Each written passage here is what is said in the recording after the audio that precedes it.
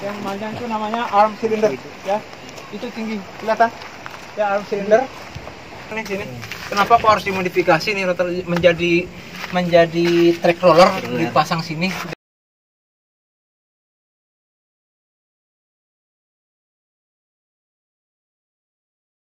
Baik, bismillahirrahmanirrahim. Assalamualaikum warahmatullahi wabarakatuh. Ya, terima kasih pada kesempatan ini. Kita akan coba langsung mengidentifikasi komponen-komponen ekskavator yang sudah dipelajari secara teoritis.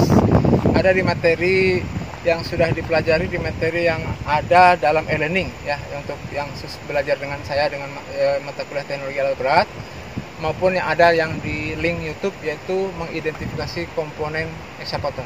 Nah, sekarang kita ingin melihat langsung ke bendanya, dan ini salah satu contoh ya. Salah satu contoh ekskavator Kobelco. Dan perkenalan dulu. Ini adalah teknisi yang handal. Alhamdulillah, ini alumni dari jurusan teknik otomotif. Tahun berapa ya? 2004, tamat 2008 ya. Memang D3, agak terlambat memang tamatnya. Tapi ini sekarang diberi kesempatan, alhamdulillah sudah 10 tahun ya, Abdal, ya, namanya Abdal Rahman. Sudah 10 tahun berkecimpung di bidang alat berat. Jadi nanti kita sambil tanya-tanya lebih spesifik kepada Abdal ya, Dal? Iya, Pak. Baik. Kita lihat yang komponen yang pertama, seperti kita ketahui ini namanya paket ya. Karena tadi mereknya apa tadi, Dal? Kobelco SK200. SK200 ini sekitar 0,8 sampai 1 kubik. 0,8 sampai 1 kubik. Di sini ada yang lebih vital mungkin enggak? Yang lebih vital di sini ada yang namanya kalau bahasa istilah kuku bucket namanya. Istilahnya kuku bucket ya. Tapi kalau kita bukan kit ya, bucket kit ya, atau bucket tooth. Dan ini ada adapternya. Ini kadang ada rusak kan biasanya? Kadang-kadang ini lasan ini rusak atau patah adapter ini, dia harus diganti, harus dipasang yang baru, dilas lagi gitu. Pada saat menggali material ya. Itulah. Berarti harus kita las kalau patah adapternya. Harus dilas lagi. Oke. Jadi ini bucket. Kalau kita perhatikan ke sini. Nah, ini ada yang aktuator atau silinder hidroliknya, untuk namanya bucket cylinder ya. Bahasa bengkelnya sama juga ya. Iya, bucket cylinder. Ininya kalau bahasa bengkel apa namanya? Ini namanya link I ya. Link I ya. Ya. Terus yang ini pinnya. Yang ini pinnya. Dua. Ini sekitar 70 mili diameternya. Ya. Kalau ini link juga ya. Link H namanya. Link H-nya ini link I-nya karena bentuk H tadi ya. Iya. Jadi untuk yang di Kobelco ini, yang tipe ini, tipe SK200 ini, kalau ingin mengganti bucket ini masih manual ya. Masih manual. Bahasa Minangnya di toko-toko ya. Iya. Jadi dipukul-pukul keluarkan pinnya. Tapi ada juga nanti yang sebagian ekskavator yang sudah otomatis dari ruang operator keluar masuk pinnya, tinggal mengganti bucket. Nanti komponen utama tadi ya, bucket. Ini yang besar arm. Bahasa apanya Pak? Sama aja. Lengan arm bahasa sehari-hari di lapangan. Untuk penggerak arm ini itu yang memanjang ini. Ya, yang memanjang itu namanya arm cylinder ya. Itu tinggi, kelihatan? Ya, arm cylinder. Ini yang besar, yang ada tulisan merek ini yang kita sebut dengan boom. Bahasa bengkelnya boom ya. Sama ya, dengan boom. Dia ditopang oleh dua aktuator yang ini, yang kita sebut juga dengan boom cylinder ya, double ya. Ada dua ini ya. Yang kita lihat ini double yang untuk menopang lengan boom ini. Sering rusak nggak? Ada rusak nggak biasanya? Oh, penggantian seal Pak. Penggantian seal ya, bocor ini. Iya. Kalau mungkin sudah bocor atau sudah merembes, atau beban mungkin terlalu berat atau operasi sudah lama ya. Iya, sudah lama. Ini sininya bocor, berarti harus diganti. Baik. Terus nanti kita lebih lanjut ke sini, tapi kita secara umum dulu, ini namanya undercarriage ya. Nanti kita spesifik, kita tengok sini. Yang di sini juga nanti kita jelaskan di kabin operator pada saat pengoperasian. Jadi situ nanti ada torso sendal, ada sesi khusus nanti saat pengoperasian. Yang ini kabin operator. Terus kita lihat di bagian atas ya. Ya dah, kita naik ke atas ya. Sebelum masuk ke sini. Mungkin bisa naik. Ya.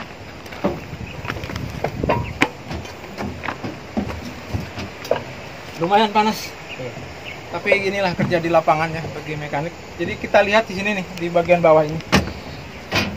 Abdal Iya. Ini kan kalau kita perhatikan yang di Kobelco ini, iya, terbuka memang seperti ini ya. Iya.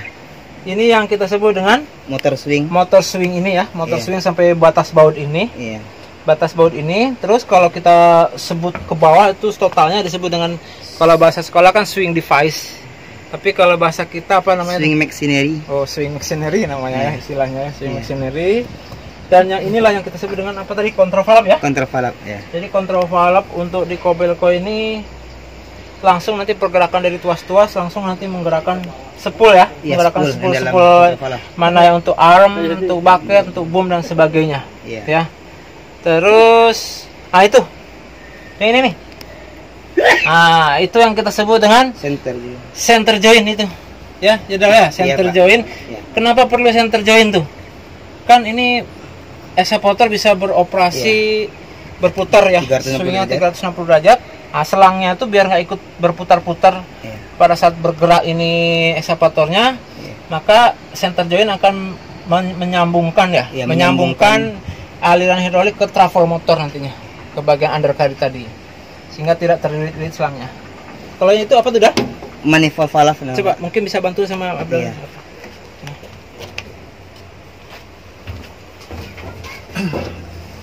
Ini yang dinamakan dengan manifold valve. Di manifold valve ini terdapat 8 solenoid yang berfungsi sebagai merger atau memudahkan kombinasi apabila alat dalam pergerakan alat bersamaan ya? Ya, dengan bersamaan. Jadi kalau bersamaan misalkan menggerakkan apa tuh dah? Misalnya kita mau kombinasikan arm dengan boom, bucket dengan swing. Iya. Maka itu inilah sebagai mergernya atau pembantu dalam gerakan control valve membagi oli nanti ke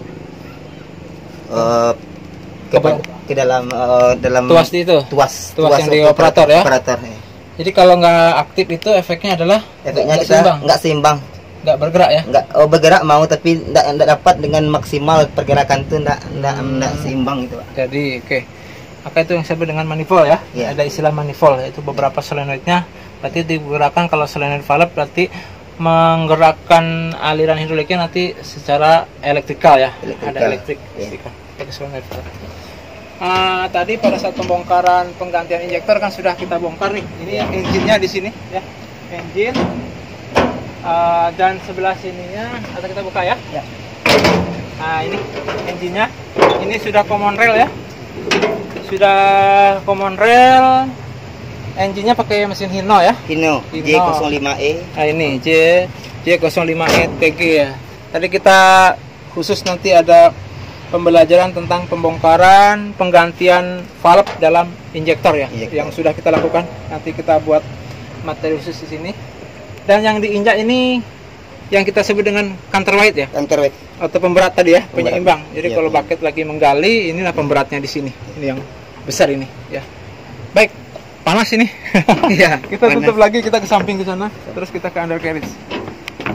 Baik. Masih mengidentifikasi komponen. Di sini kita lihat ini yang pompa utama ya. Iya, pompa utama. Pompa utamanya jenisnya adalah axial piston pump, berarti jenis yang variable displacement pump. Pompa yang perpindahan alirannya bervariasi pada RPM sama. Jadi bukan tipe gear ya. Ini jenis piston pump. Sudah kita pelajari di materi-materi yang sebelumnya yang ada di link-link yang sudah saya share ya. Kepada mahasiswa yang mengambil teknologi alat berat.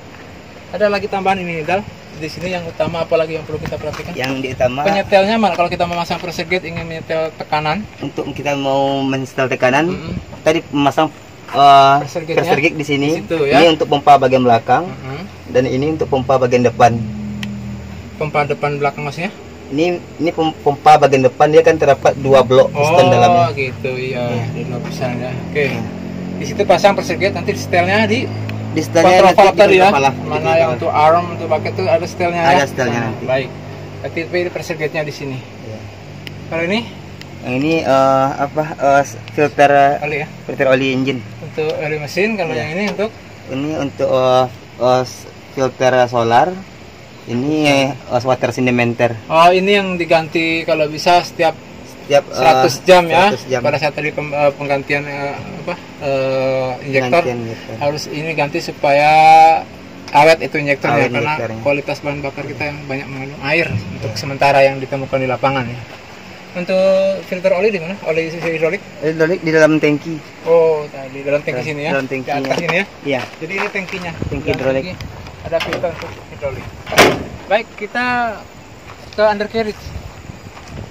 Ini di sini nggak sama nggak? Nanti bisa buka-buka bagian dalamnya. Oh, buka tutup aja Pak. Tutupnya aja. Iya, tetap ada kunci. Bisa. Baik.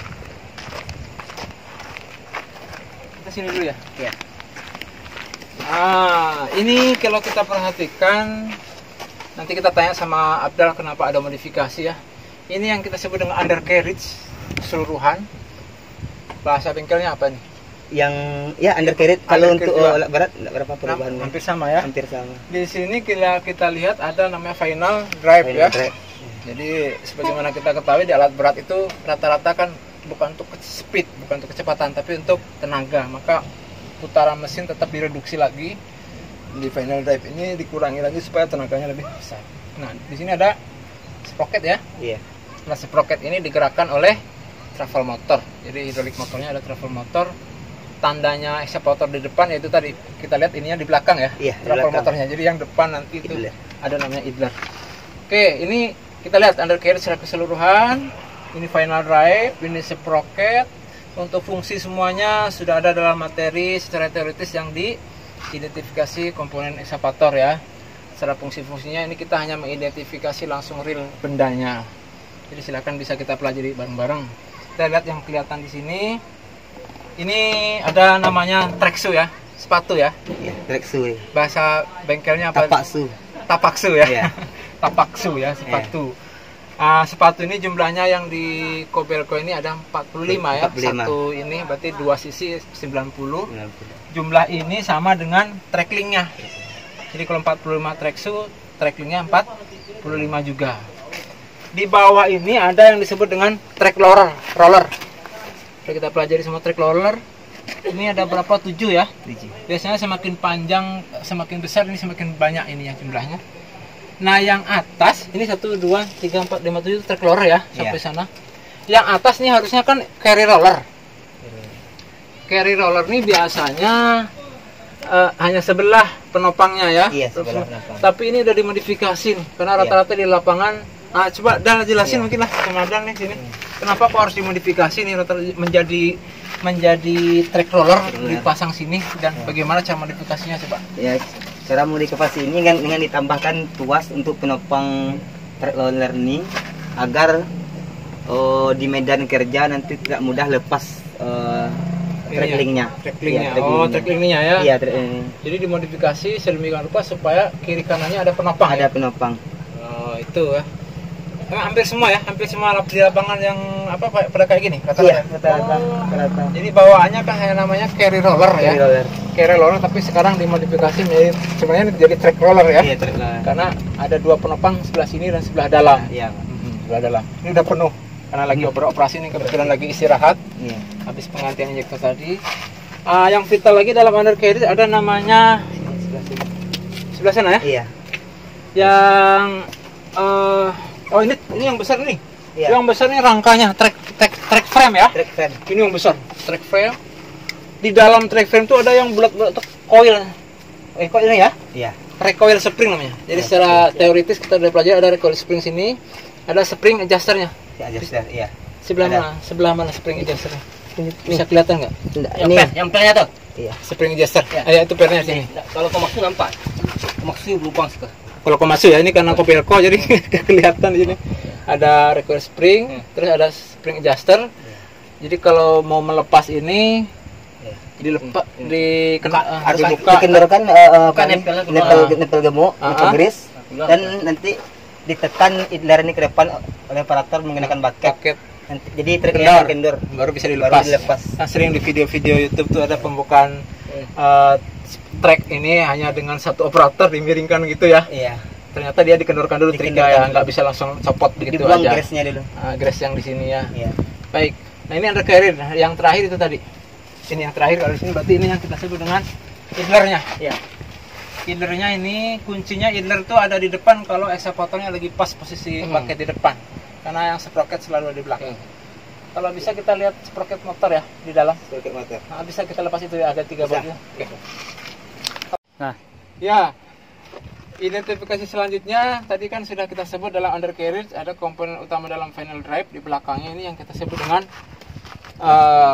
travel motor. Jadi hidrolik motornya ini yang kita sebut dengan travel motor. Yang selang ini adalah ini bisa dari pompa bisa ini ke tangki atau kebaliknya. Ini dari pompa langsung ke tangki tergantung putarannya ya.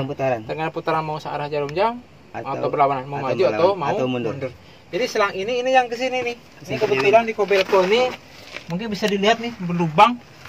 Nah, di situ ada yang selang ke center joinnya tuh. Kelihatan selangnya tuh. Ini ya. Yang ke center join yang tadi dilihat dari atas. Nampak? Ya. Oke. Cukup.